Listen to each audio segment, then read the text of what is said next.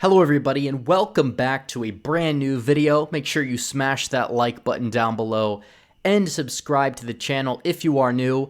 And today I'm doing my long-awaited Republican Senators tier list. I put a lot of people already in D tier because there are just so many senators that frankly I don't know these people. And even a based, Chad, epic, Zoomer political strategist like myself, I know who these people are, but I don't know much about them. They're fairly quiet. Some of them may be more deserving to be in E tier or F tier. Some of them may be more deserving to quietly be in B to C tier. But as a result, I put them all in D tier. And now I think it's important that we start off here. We're going to start off with Marsha Blackburn. This is fairly alphabetical. We're going to go all the way down to Todd Young out of Indiana and put these guys in the tier list. There's no ad today.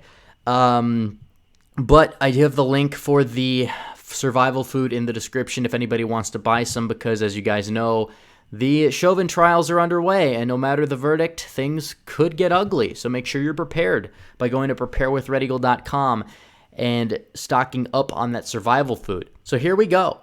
Marsha Blackburn, great senator. A lot of people talk about Kristi Noem being the superstar Republican female, but Marsha Blackburn's actually fairly solid on the issues, and I don't think gets enough credit, but we're going to put her up in the B tier. Up next, we have Roy Blunt. Blunt is awful, a neocon through and through on the issues. Probably not as bad as somebody like Romney, but I'm really glad he's retiring. We'll put him in E tier. Up next, we have none other than John Boozman. Boozman is another weak senator for the state that he represents. He represents the state of Arkansas, and he has a primary challenger in Jan Morgan that Trump should have endorsed that hopefully will defeat him. We will put him in, we'll probably put him towards, we'll put him in the bottom of D tier. Up next, we have Mike Braun. This guy is awful. If anything, he belongs in F tier, but we'll reserve that for the more deserving culprits. He is somebody who supported BLM through the whole riots and went on Tucker to defend them and got absolutely obliterated by Tucker Carlson, an embarrassment to the national populous state of Indiana. We're going to have to put him in the E tier. Up next, we have Richard Burr. He voted to impeach Trump, actually, and is a corrupt swamp creature and weak on all of the issues. We're going to put him in the F tier. An absolute disgrace, and I'm very glad that he is retiring in the state of North Carolina. Up next, we have Shelley Moore Capito. She probably is a part of this crew up in D tier that I just frankly don't know that much about. Bill Cassidy, again, awful on immigration, also voted to impeach the president. We'll put him down here in the F tier. Susan Collins, I'm not going to put her in F tier because unlike somebody like Lisa Murkowski, she represents a fairly blue area in the state of Maine and actually has been a lot better than somebody like Lisa Murkowski. So I'll put her actually up in the E tier because at least she's an honest rhino from a relatively blue state. And I guess she gets some credit for that, I guess. I don't know, but we'll put her in E tier. She's not nearly as bad as some of the people in F tier, despite the fact that she represents a very, very blue state. Cornyn, he's from Texas, weak on immigration, just awful all around. But he's able to win his elections fairly convincingly. For now, we'll see what happens, but we'll put him down in the E tier. Up next, we have Tom Cotton. Tom Cotton. We're going to put Tom Cotton up in the A tier, actually. Some people are going to say, oh, but he abandoned Trump through the whole process. Okay, well, he's been fairly solid on pretty much all the other issues except foreign policy. And he is a lot better than the other senator out of the state of Arkansas. We'll put him up in A tier. Tom Cotton. He's a fighter to a certain extent. Not perfect, but fairly decent. Unlike this guy, Mike Crapo, who has earned that name. We'll put him in the F tier. He's weak on all the issues and didn't even endorse Trump in 2016. We'll put him in F tier. Ted Cruz, again, a typical politician, will say anything to get elected, but he's changed a little bit in the Senate. I wouldn't want him to run for president, but altogether, I will put him in the B tier in terms of the Senate because he's actually fairly good where he is, even though he is a bit polarizing and may struggle to get reelected if he goes for another term in the Senate. We'll see. Steve Daines. I actually don't mind Steve Daines. He is fairly decent up in Montana. He won his reelection fairly convincingly against a popular governor, and he's not afraid to punch back at the media and things like that. So we'll put him up in the C tier. Up next, we have Joni Ernst. Ernst is fairly solid out of Iowa. Have no problems with her. She might not be as based as Trump on all the issues, but is fairly decent. Up next, we have Lindsey Graham, I believe. Oh, this one, what a real beauty right here. Yeah, this is a guy who's a fair-weather Trumper and is currently the reason why a lot of Trump's endorsements have been just downright awful. Lindsey Graham is a complete and total snake, and it's a shame that South Carolina consistently produces weak politicians, whether it's him, Scott Sanford, Tom Rice, Nancy Mace. It's a disgrace out of South Carolina that a red state like that is so cursed in terms of their Republican Party and political bench. By the way, not to mention amnesty. We call him Gramnesty for a reason. Grassley. Can't really hate Chuck Grassley, especially with all the tweets. He's not perfect necessarily, but he's not bad either. Hopefully he retires. We'll put him up in the C tier. Josh Hawley. Okay, I have to make a change right here. S tier is going to be the H tier for Josh Hawley because he'll be the only senator in the H tier. Not just a fighter throughout the whole election process, but again, he gets labeled as populist ink sometimes, and he's not perfect, but did a pretty good job of the whole election process on all the right issues. Probably the best by far in the Senate economically. Probably the best in the Senate when it comes down to a whole other array of issues. He's supported, big tech, looking into big tech, regulation of pornography, family growth type of things. That's a good thing. And I think that he can be cringe sometimes, but overall, relatively underappreciated, arguably. I agree in a perfect Senate, he probably would be C tier, but we don't have that right now. We'll take what we can get and continue to elect people that are even more base than Josh Hawley. So we'll put him up in the H tier, which is really the S tier. Up next, we have Ron Johnson. Again, Ron Johnson, he has his moments, but he also has his more establishmentarian moments. The guy is not perfect on economics for a state like Wisconsin that elected Trump. And obviously, Johnson underperformed Trump in the driftless area as a result. Trump should not be endorsing Johnson in terms of trying to get him to run when you could have a more pro-Trump senator. But overall, we'll put him at the top of the D tier. He is not the worst, and sometimes he can say a base thing or two. John Kennedy, this is a different John Kennedy, not John F. Kennedy, John N. Kennedy. I don't think they're related. We'll put him up in the B tier because he's actually solid on immigration. He is, from what I understand, solid on most issues, but kind of goes under the radar. Also stood with Trump through the whole election process, which is pretty admirable. James Lankford, however, did not, and he belongs in the F tier. He didn't vote to impeach Trump, but has been weak on all the issues. Race-baited through the election process, talk like a leftist consistently through and through, and is just an awfully weak guy for Oklahoma. I really hope Trump takes notice and endorses a primary challenger to him in the state, and that would be great because I think there already is one that's running. So up next, we have Mike Lee out of Utah. What a disappointment. Mike Lee actually used to talk a big game on foreign policy and things like immigration, only to cave into the establishment's needs on them.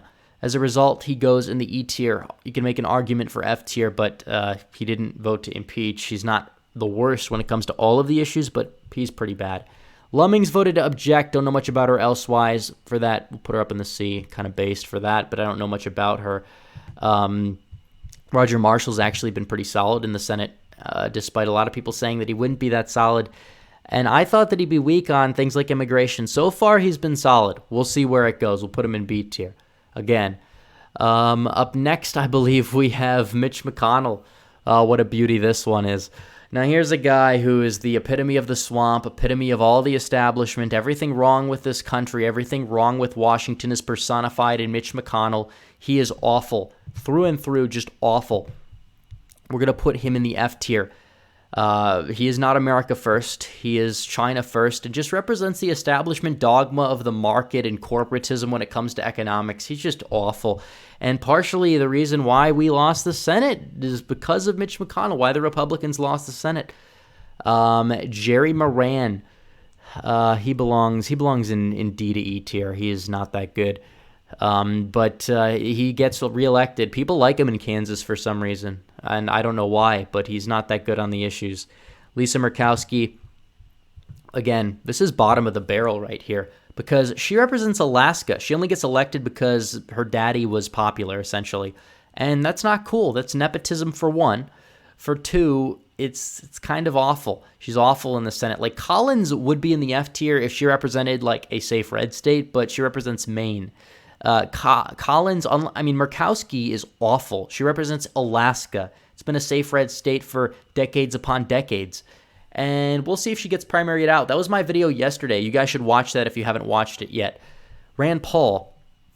I actually like Rand Paul. And some people might say, oh, but he's a libertarian. But he's been good on the corruption issue, on economic. I don't agree with him 100% of the time, but he talks in a populist manner. He does approach the situations from a populist standpoint more so than your average libertarian. And he has to because he represents Kentucky. And as a result, I'd say that, you look at his record voting on a lot of the confirmation. He was the only one, I believe, to vote against Comey and a lot of these other characters when Republicans and Democrats voted for these swamp creatures that screwed over the American people. So, like I said, is he perfect? No, but I'll put him in the A tier because I want him and, people that think like him when it comes down to the issue of government corruption in Washington. We need people like that. So we'll put him in the A tier for that reason alone. Up next, we have Rob Portman out of Ohio. This guy's awful. He probably would be an F tier if he was not retiring. And he may not be as bad on, like, all of the votes as some of these people. Like, he'll vote for justices and things like that. But like I said, what does it really matter? So does Mitch McConnell with all these Federalist Society justices. A lot of them stab us in the back. They're not going to be like Alito and Thomas. They're going to be weak and watered-down individuals. But Portman altogether, not really that great. Is he the worst senator? No, but he's awful. Mitt Romney. Well, actually, we have Rick Scott first. I don't mind Rick Scott. He actually endorsed Trump back in the primaries when he didn't have to. He could have endorsed Cruz, but he chose to endorse Trump instead. That's noble of him to do. But on policy, he's not perfect. We'll put him in the C tier. We'll put him in the C tier right there. He beat an astronaut. That is a very admirable thing. Beating an astronaut is very difficult in politics, but we might see that happen in Arizona next year for all we know. We'll have to wait and see. Willard Mitt Romney. Now, here's a guy that is essentially robotic, you could say. Fundamentally speaking, out of touch with the American people. The only thing saving him from being the worst-ranked senator on this list is probably because he endorsed some form of natalism. But he'll cave on immigration, he'll cave on all the issues to keep up his appearances with the establishment, but he's unelectable. He lost a very winnable election in 2012. I don't want to hear, oh, but Obama was popular. He had a 51% approval rating. If you had somebody like Trump that would have been effective at attacking him, it probably would have been in the mid to high 40s at most. So Romney, we're going to put him down here. We'll put him one above Mitch, actually. He's just awful, completely awful. Voted for Trump's first impeachment, too. Okay, we have a few more. Don't want to spend too much time on this because we're on 14 minutes now or so, at least in the unedited version. Rubio, we're going to put in the D tier. He can be, populist ink and talk a good game about common sense conservatism or common good conservatism or whatever he wants to call it. But ultimately speaking, he is a politician. He is all talk, no action when it comes to a lot of things, and we'll put him in the D tier as a result. Up next, Ben Sasse. Oh, this guy's awful. Again, represents a safe red state and is, unlike Murkowski, he'll vote for things like, judges, and he'll vote for things like being, I guess you would say he'd vote on a pro-life stance. But altogether, he didn't like Trump because of his own personal reasons, because he saw Trump as somebody who was anti-establishment. That's why these people oppose Trump. People that are going to say, oh, conservatives that oppose Trump do so on principle. No, they don't. These are the least principled people in history. They oppose Trump because they fear their power in terms of the establishment. And Ben Sasse is one of these people. And as a result, he voted for Trump's second impeachment because he is trying to move the party away from Trumpism. He's a smart guy, but smart doesn't always mean good. He's evil when it comes to being smart. And that is very, very dangerous when it comes to politics. So up next, we have Richard Shelby. Rhino, yes. Retiring, yes. Thankfully, Trump endorsed Mo Brooks. This guy goes in E tier. He was a Democrat until the 70s, and in many essences held some of those Democrat type of values, and that's not a good thing. He's been weak. Dan Sullivan, not bad. We'll put him up in C tier. Tim Scott, an SJW, arguably, when it comes down to a lot of the race issues. The idea that so many people are saying, oh, Tim Scott 2024. Why? Just why? Is it because they want to play identity politics? Literally, there's nothing really that conservative about the guy altogether. And if you even run a Tim Scott John James ticket, you're probably still going to be called racist. I'm just going to say that. It's not going to make the liberals' heads explode. It's not how it works. Identity politics is futile on the right. And I like John James. I do. I don't like Tim Scott, though. Tim Scott will put him down in the E tier. And in terms of John James, if he did get elected to the Senate, he'd probably be in like the B to C tier. John James, but he lost very narrowly in Michigan. Up next, we have John Thune. Thune is awful. This guy countersignals Trump all the time and is weak on trade, immigration, etc. And he's from a state that is safe red and is still an awful, awful senator. We'll put him in the F tier. Tom Tillis. He's been weak on the issues, but I think Trump has kept him in line. We'll be nice to him because I believe he has recently been diagnosed with cancer. We wish him the best. So we'll bump him up a tier. We'll actually bump him up a tier because of it. We'll actually put him in C tier just for that. Pat Toomey. I don't even need to explain this one. He is the senator of Chester County. He is not the senator of Breezewood, and that's a problem. Tuberville. Football guy equals safe R. He's been actually pretty solid. I thought he'd be weak, but he's been a pretty solid senator so far. Not A tier yet. We'll put him down in the B tier. Him and Marshall. Didn't really like them in the primary, but they've actually surprised me so far. But again, it's early on. There's a lot of room for them to fall. If you're watching this video a year or two from now, you guys may be in the comments typing, oh, they're weak. Why would you put them that high? Just like my 2024 video from like a year or two ago when I had Brian Kemp on the short list. Yeah, not going to happen. Todd Young, I think, is the last one here. Weak. Jim Banks should primary the guy, but I really don't think that it's going to happen. Again, guy from a national populous state with establishment values. So that's the list. We have our tiers here from H tier, which is Hawley, A tier, B tier, C tier, D tier, E tier, and F tier. So comment down below what you guys would change for sure. This is going to be an interesting one to see the comments. I'll read the comments, of course. But as always, guys, thanks for watching this video. Please like this video down below, comment down below, and subscribe to the channel. Hit the bell for notifications so you never miss another video. Follow me on social media. Links in description below. As always, guys, thanks for watching. Red Eagle, out.